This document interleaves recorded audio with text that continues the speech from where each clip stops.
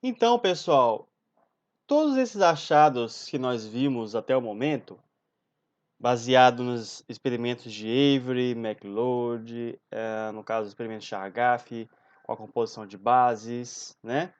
Eh, e questão do papel do DNA na hereditariedade, certo? Existiam também outros experimentos sendo realizados ao longo do começo do século XX, em que vários pesquisadores tentaram elucidar a estrutura do DNA, da molécula de DNA, né? Até então já se tinha esse conhecimento com relação à composição das bases, com relação ao papel do DNA na transmissão de características hereditárias, mas ainda não se tinha um modelo estrutural de como que ocorria, no caso, como que ocorria essa estrutura, né, no caso do DNA. Como que ela é organizada? Como que a estrutura poderia explicar a função do DNA como uma molécula de armazenamento e transmissão genética, né? Daí então que tiveram grandes avanços os estudos no caso, né, dos modelos propostos por James Watson e Francis Crick. Bom, mas antes disso, James Watson e Francis Crick eles não foram capazes de propor um modelo mais aceitável, que realmente foi então publicado, né, como se colocado aqui nesse slide, né, na revista Nature, de 25 de abril de 1953. Eles não conseguiriam, no caso, fazer esse modelo, propor esse modelo, se não houvesse a contribuição, no caso, de dois importantes pesquisadores, né? Rosalind Franklin e, e Wilkins, no caso, né? Que eram, no caso, pesquisadores ingleses, né? Que estudavam a partir de difração de raio-x, de um experimento muito refinado na época, né, de elucidação de estruturas de proteínas, de macromoléculas de modo geral. E então eles usaram essa difração de raio-x, né, para propor como que seria, no caso, a estrutura do cristalográfica, né, é um experimento que se utilizava muito cristalografia, da estrutura do DNA. Então, os modelos propostos por Rosalind Franklin e Wilkins, eles foram determinantes a partir do experimento de difração de raio-x para que Watson e Crick pudessem então propor o modelo deles, né, e fizessem então várias conjecturas, como por exemplo a questão do DNA apresentar-se como uma hélice, a questão da posição das bases, da posição das pentoses, dos fosfatos, no caso da direcionalidade, né, das fitas serem, no caso, da mesma direção, mas são antiparalelas, ou seja, uma fita seria 5 linha, 3 linha, outra 3 linha, 5 linha. Todos esses aspectos, esses detalhes estruturais, foram propostos por James Watson e Francis Crick, que ao colocar juntos, né, todos os dados de Rosalind Franklin, né, Wilkins, e pesquisadores anteriores, como Chargaff, por exemplo, né? E aí, tomando como base todos esses dados, eles propuseram então o modelo que é, até hoje, o mais bem aceito, né? É, o que mais se adequa, né, ao modelo hoje conhecido da estrutura do ácido desoxirribonucleico, ou do DNA. Bom, então, no modelo de Watson e Crick, no caso, eles propuseram então várias premissas, né? Então, existia no DNA duas cadeias que eram independentes, né? Duas cadeias separadas, duas cadeias polinucleotídicas, que formavam então uma hélice dupla, né? Existia então uma fita que formava uma hélice, mas ela ocorria de forma dupla, né? Quer dizer, existia uma outra fita que formava junto com essa primeira, no caso, uma hélice dupla, ou seja, ambas elas ficavam é, no caso, elas tinham uma interação entre elas que mantinha com que a hélice de cada uma ficasse entrelaçada, né, digamos assim. Então, existia-se essa dupla hélice com duas cadeias polinucleotídicas independentes, e essas hélices foram consideradas antiparalelas, ou seja, apesar de serem na mesma direção, ou seja, duas retas paralelas, elas tinham sentidos diferentes, né? O sentido de uma fita polinucleotídica era do 5' ligado ao fosfato, ao 3', OH, em uma extremidade, e da outra fita necessariamente era do 3' OH ao 5' ligado ao fosfato, né? Notem de novo que o 5' e o 3' denotam a posição dos carbonos na pentose, né? Na 2-desoxirribose. Então, essa premissa, né? Essa ideia proposta por Watson e Crick, no caso das cadeias serantes paralelas, ela ficou mais para o final, tá? Porque antes disso, antes de determinar essa direção, eles tiveram então que determinar realmente essa questão de que haviam duas fitas, de que as fitas elas eram entrelaçadas, e aí cada fita tinha uma hélice, e essa hélice ela era combinada uma com a outra, né? Formar uma hélice dupla, tá? E aí, no caso, para que se mantivesse essa hélice, era baseado de forma fundamental, né, na complementariedade das bases. O que quer dizer isso?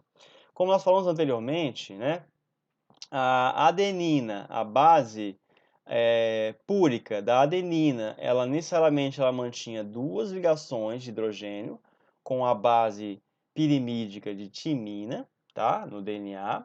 Boa parte do DNA, né, uma parte esmagadora do DNA nos organismos é formada por timina. Enquanto que a purina guanina, ela mantinha três ligações de hidrogênio com a pirimidina citosina, né? Isso no contexto dentro das cadeias polinucleotídicas. E essas interações eram específicas de forma que existia apenas esse tipo de interação. Quer dizer, não necessariamente não existissem outras interações também frequentes, mas ocorrentes, né? Mas, no caso, a esmagadora maioria das interações eram de fato, no caso, entre a adenina e a timina e a guanina e a citosina, fazendo então com que houvesse esse fenômeno de complementariedade das bases, né? Que as bases fossem complementares entre si. Novamente, né? Não quer dizer que não ocorresse, por exemplo, outras interações como a adenina com citosina, por exemplo, ou guanina com timina, mas era muito menos frequente, né? Pelo arranjo estrutural, também questão termodinâmica, né? Porque a estabilização energética era maior nessa configuração, nesse arranjo, né, complementar de bases. Também era outra proposta deles nessa estrutura, né, de Watson Crick. Todos esses pontos aqui realmente são pontos propostos por Watson Crick em 1953, né? O eixo externo da dupla hélice, no caso, era um eixo hidrofílico, né? Diferentemente das bases, que tinham uma característica muito hidrofóbica, né? Pela questão da composição dos átomos dentro dos anéis, né? Apesar da presença de nitrogênios, que são átomos eletronegativos, né? Mas a composição e a ressonância fazia com que fossem um perfil mais hidrofóbico, né? Mas, diferentemente, a desoxirribose mais o fosfato, sobretudo o fosfato, fazia com que realmente essa parte da cadeia polinucleotídica ela fosse hidrofílica. Portanto, onde que vocês imaginam que essa parte iria estar? Iria estar exposta, iria estar realmente na parte mais exterior da dupla hélice. Porque iria então maximizar as interações não covalentes com moléculas de água do meio circundante, tá? Então, o meio externo é hidrofílico, porque existem realmente moléculas de água interagindo com as hélices.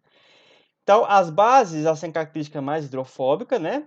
E elas são, como eu falei, as bases pirimídicas são planas e as puricas são basicamente planas, tendo uma ou outra torção, né? Devido à questão da perda de ressonância em parte da cadeia, dos ciclos.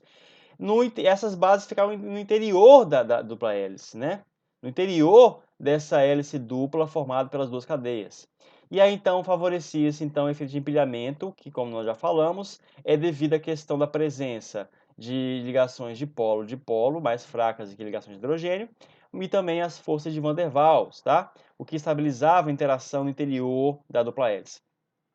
As bases já são ligadas por ligações de hidrogênio, o que explica a complementaridade das bases, basicamente, mas apesar de ser uma interação muito forte, ela conferia mais uma especificidade, né, uma complementariedade, enquanto que a estabilização termodinâmica ela era muito dependente da questão do empilhamento, né, pela proposta de Watson-Crick.